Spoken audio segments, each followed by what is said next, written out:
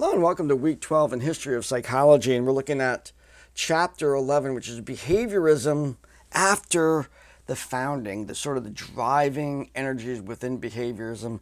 And we look at the first discussion, kind of a sort of cognitive psychology, social psychology, very mixed psychology concept of locus of control. Now, I'll relate this to behaviorism in just a little bit. Behaviorism purports that external influences, particularly operant conditioning, external influences shape your behavior. Now, we also develop within ourselves a sense of whether or not we have a feeling of control over the circumstances of our life, or do we feel that external forces are more in charge of the ultimate outcomes in our lives. Now, this test determines the degree to which you have external versus internal control along a continuum.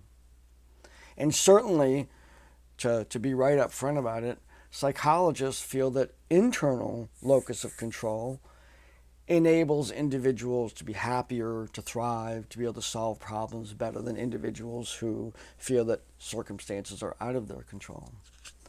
But to answer honestly throughout each one of these, that's the real key for you to be able to understand where you're at. So if you need to make some changes, there you go. So the discussion is to actually take that test, get your head wrapped around the notion of attribution style. Where do we attribute causality in our lives? Is it me? Is it them? It's, the world is out to get me, kind of thing. That whole perspective, and discuss those perspectives. Maybe discuss people who you've known maybe have high or low, or on either end of that spectrum. Then there's a quiz, kind of a straightforward quiz. We talk about these concepts in Intro to Psych, and we have a whole course, behavior management, that goes into these things. So we won't go too far, but compare and contrast respondent or classical conditioning and operant conditioning, the rewards and punishments, the ABC contingency theory. Compare and contrast, similarities and differences. And then the second question, two researchers, Bandura, contemporary, still alive, and Rotter, introduced cognition back into behaviorism.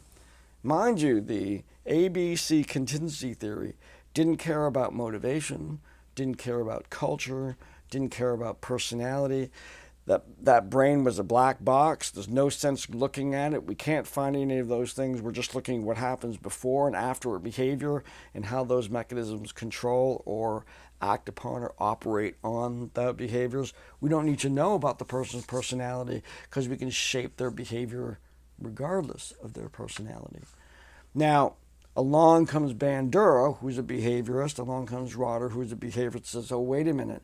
I do think that our thinking and cognition has a role to play, very important role to play in how we respond to reinforcements and punishments. So explore those and explain how those two researchers brought the notion of what's inside of that black box going on inside of there is important to understand. In fact, it's a whole other behavior management formula.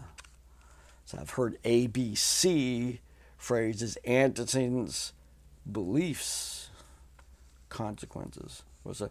Beliefs, behavior, ABBA.